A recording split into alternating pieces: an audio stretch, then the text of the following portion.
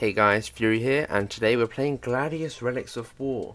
Today we're playing as the Tau. We're playing against the core 4 Space Marines, Orcs, Necrons, Asmilitarum, and then the Tyranids and Crawford Eldari that I've already purchased. We're playing game paced standard, so this can be a weekly series, going to do about 50 turns of video. Landmass very high, war size huge, difficulty medium. Advanced, we have the Escalation, Assault, Fortification, Reinforcement Pack, and we also have the Lord of Skulls DLC. So let's just get started into the Tau. Okay, so we're starting up with the Tau. Love that intro. Now, I've been watching a bunch of people play Gladius, so I learned how to play this game a lot better. And your spawn location matters a lot. So we are going to move the builder drones, and we're going to keep our troops together. So we won't get a base first turn. We'll start up a base second turn.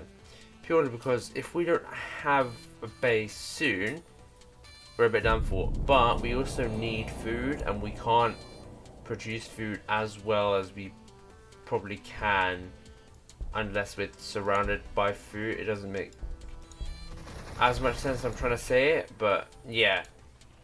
So we need to have food tiles around us to be able to produce food. Now, for the first tile we're going to acquire, actually, instead of, for the first tile that we're going to acquire, we're probably going to get this one here. I would get this one, but we can't because there's Vespids there. And then after that, we are going to start to produce our troops. We're going to get Fire's our arsenal, and we're going to enter there.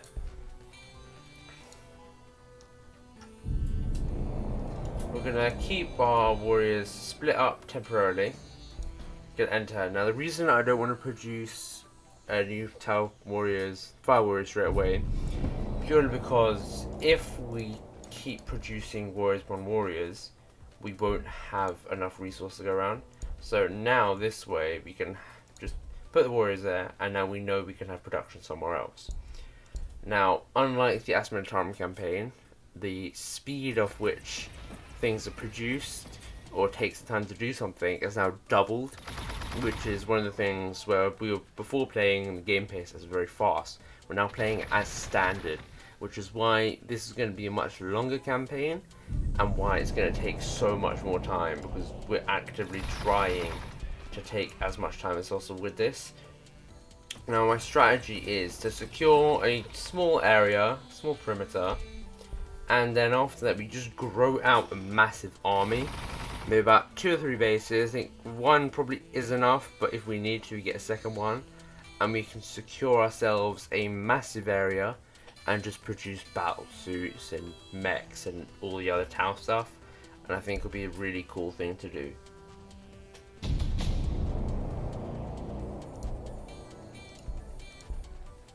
Okay, we've got some cultists here, just need to get rid of them. I don't play this game as tactically as I probably should, seeing as I absolutely love tactics and stuff. I think Wisdom Shed would be really good for this, because if we can get research up, then we get all the other stuff up a lot quicker. But we also need to keep a balance, and population is something I always fail on. So that is one of the things that I want to make sure I keep on top of, just keep on top of all resources. And then after that we can move on to different expansions and different cities.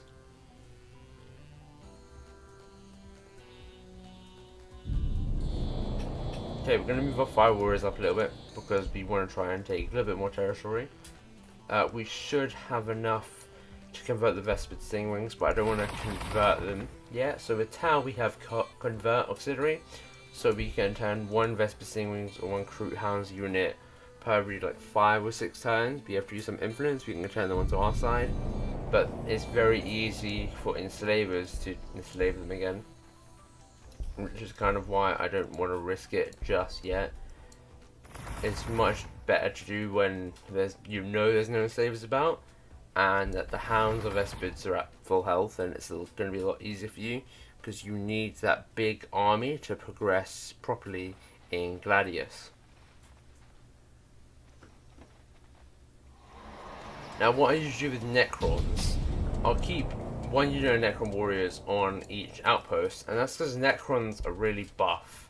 So I don't have to worry about Necrons dying, because Necron warriors have a lot of health, we get Necroderms to repair. They're basically really buff, which is one of the really good things about having Necrons. The thing is now, same with Tau and Asmilitarum, they're not super strong, the infantry isn't amazing, so you have to be somewhat careful in what you're doing, especially with your troops. That's why I want to keep my troops together, whereas with Marines or Necrons, I can spread them out and they have a higher chance of survival without me being there.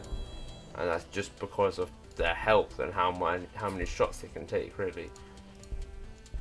Tau and that's from the time they can't take much, and then things where you get like the Tyranids, they're literally built up in numbers. Their basic unit is about 8 of them, so they also take up a lot of shots. But then with Tyranids, you're more likely to play them in hordes. When you have something like the Tau, you won't necessarily play with hordes. Or same with Asmilitarum, you're more likely to take tanks and vehicles. You're less likely to take a massive swarm of pure infantry.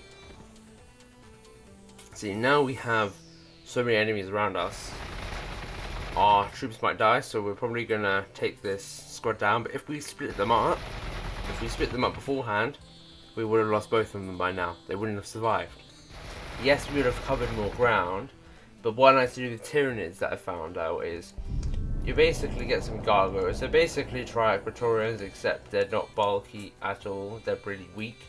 But you basically just get some gargoyles, spread them around the battlefield, check out the map, see what it's about, look some spots, especially on large maps with very low land.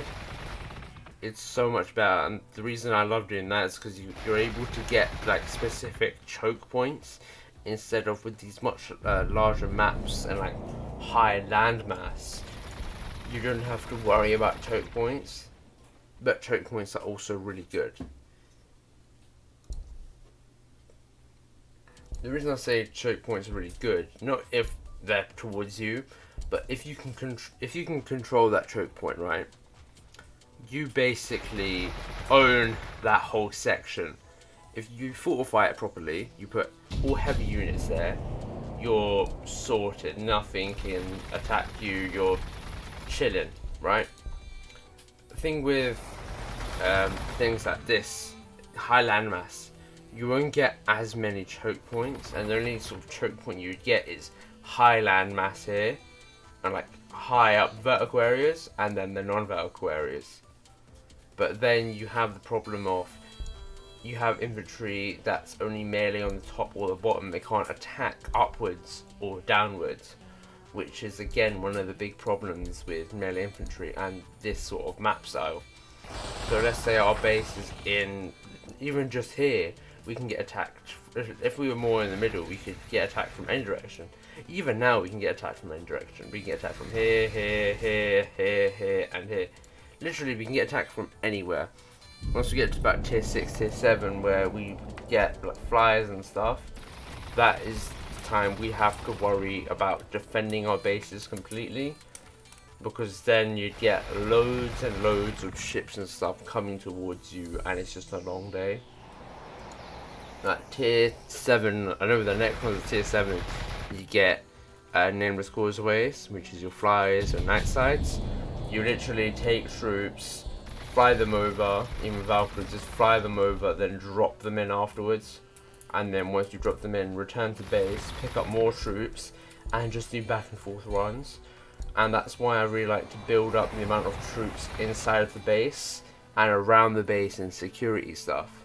So I can quickly pick them up, move them, come back, get more, and just run an army. With Tyranids, you can use Tyrannocytes, which are amazing. I think they're called Tyrannocytes. Basically, the premise of them, you use them to just transport infantry.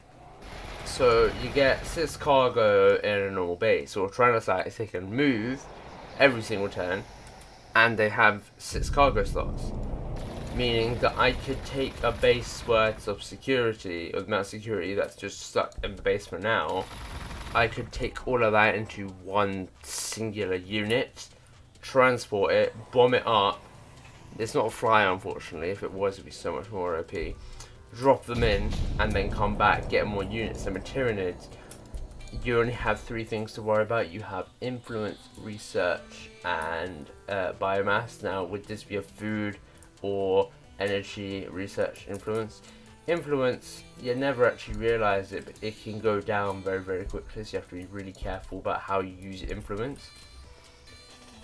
And that's one of the things that I've learned in this game. Now, I'm going to get builder drones purely because we get terrible gun rigs at tier 5. I don't want to I don't want to build a base yet, or at least not another base yet, purely because if we have too many bases, our resources are going to get depleted too quickly, and like the Asmentarum thingy campaign, we're going to have to quit because we won't be able to sustain ourselves. Even our troop count is so low, we only have 2 units. We started off with 2, they're dead, we only have 2 units now, so we need to make sure that we keep these units. We're not going to build, actually, we can build the builders now, but we'll just keep them aside. I was going to say we don't build them, but then it can take more time to produce them later on. I do want Pathfinders, because they have some armor, so it's kind of better. And then we'll get a TY7 Devilfish, start loading up Devilfishes with Fire Warriors and Pathfinders. Otherwise, it's just going to be a long day keeping all the troops here, especially Fire Warriors. We want to try and use them up now in a quick invasion. So if we could find an enemy city close by, we want to take our troops. You want at least like 3 or 4 transport vehicles, at least 4 escort vehicles, maybe 1 or 2 heroes, and maybe another transport vehicle if you want. And you just want to take everything there, drop them in, and then demolish everything. At least that's how I like to play Gladius, and a lot of other people who play Gladius on YouTube and stuff, they'll move around, they'll do this, do that. That's not really how I like to play. I like to be a lot more patient with the game. So unlike most people, they'll go around, do this, that, whatever, right? I'll be sitting here, I'll be growing my fortress. So when you come to me, yeah, your people, your army will come to me. You'll think, oh, they must be playing like me, forces so spread out across the battlefield. No, everything is in one precise location or one precise area. So I'm able to take everything out and use it against you. So I could mince another army. That's what I've learned playing as other factions instead of just Astra Militarum and stuff.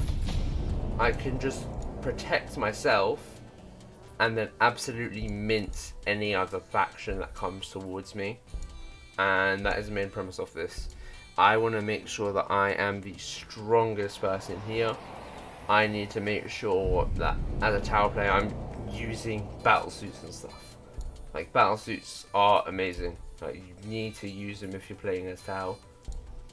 Otherwise, there's literally no point in even playing Tau.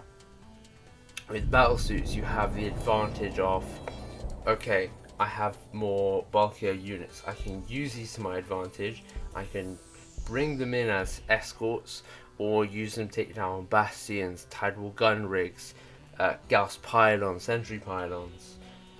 Whatever the other things are for marines. That's what I mean. You can also help using them for invasion. Using them in invasions is amazing because they deal so much damage on the enemy base. It's one of the main reasons why I absolutely love using them. They're that good. I do need more ore, which is why I'm currently working on getting more ore, but I also want to increase research. The reason I'm going to get captains, commanders, all the hero stuff later on and not now, purely because I'm working on making sure I have enough resources for now. Once I have at least 200 of the main resources, then I know I can start investing in more and more different things. Otherwise I'll end up having too much of one thing. Let's say I put in 4 Fire Warriors now, I won't have enough next turn to produce more stuff. And that's kind of where I'm seeing it as.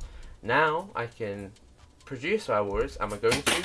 No, because I want to save up and get some XV8 Crisis battle suits. That way, when I'm starting an invasion, I have everything that I need to bring into that battle, instead of me waiting around seeing, should I do this, should I do that, what should I get for this, what should I get for that. Instead, I have all the resources at hand. Now I can produce XV8s, and I can take another tile for my city. That's perfect. I don't need to do anything else. I let my ore accumulate. Once some more ore accumulates, I can then use it to make more ore generation and just keep building up the city that way. And I find that building it like this, building up this big army and big base, I get to take my time with it. I don't have to worry about what anyone else thinks about my playstyle. I literally get to do whatever I want. I don't have to worry about anyone else doing anything else, because it's just how I'm playing my game. Now I can get a terrible gun rig, crisis center, or hammerhead gunship. Now I'm going to put in for the crisis center first instead of the terrible gun rig. The reason I'm doing this is because I need more stuff in the invasion. I've never actually used crisis center stuff, all those big things in invasion before. I think I've used about once, and the one time I did use it was actually quite good. Now I have dissemination, so I can get more tiles, get more research, this, that, whatever I need. And ore right now, I need a lot more of. I know I need a lot more ore, and I need a lot more energy and food. Those are the three things I'm worried most about now. Influence, it's not too much to stress about early game, but you need to make sure you maintain absolutely everything. Otherwise, it's an extremely long day for you. You won't be able to produce anything useful. Now, I'm going to put 2 ore thingies on the line, just to make sure that goes up in the long run. Then I'll put more into energy, so when we use up that energy, we have it to be used up. Now, battle suits, they take up 3 slots, which is why I don't want to keep them in anything, so I use them as escorts. Now, I do want to go upwards. I feel like going upwards is the most logical thing to do right now. Fire Warriors, we don't need anything right now, so what we can do instead of using up energy, I know it produces this, so sometimes if, let's say, you need energy, it's going to mines, and you put it back into plus, you can get rid of it. For now, we are going to keep it because we need population and the growth, so it doesn't make sense to get rid of it at the moment. But if at some point in the future when you get rid of it, we will just minus it and then deal with the other stuff later. Put these guys hold position, but we are actually going to produce some gun drones just to take extra territories for us. The reason I'm doing this is because we need extra stuff coming to the base, extra resources, and we can hopefully, potentially, scout out enemy bases. We are coming very close to the end of our turns. Capturing the Vespid Stingwings, our first auxiliary that we have bought. Ending turn. A lot of stuff nearby. We can see if we can get anything else close by. Now, enslavers close by. We don't want to keep the Vespids up there. We're going to move them back down towards our base and engage with the cultists, and then take our gun drones, bring them up here. Now, one thing we can do, we don't really want to get rid of the Vespids yet, but we aren't in range. Oh, actually, we're in range here, so we can move our battlesuits around and assist the Stingwings, get some damage in, and we can end our turn. They're going to attack our Vespids. Not a great thing for us, but that's just influence. If we lose them, it's fine. We have the Crisis Center unlocked, and that is the end of this video. So these parts are going to be very long. It's going to take a lot of time for us to get things done, especially in Gladius right now in this campaign. But eventually, it will be all worth it. And, oh, look at that, code FFYT. Well, I think that gets you a 10% discount buying from Dubby. Yeah. Make sure you like, subscribe, and I will see you next week from turns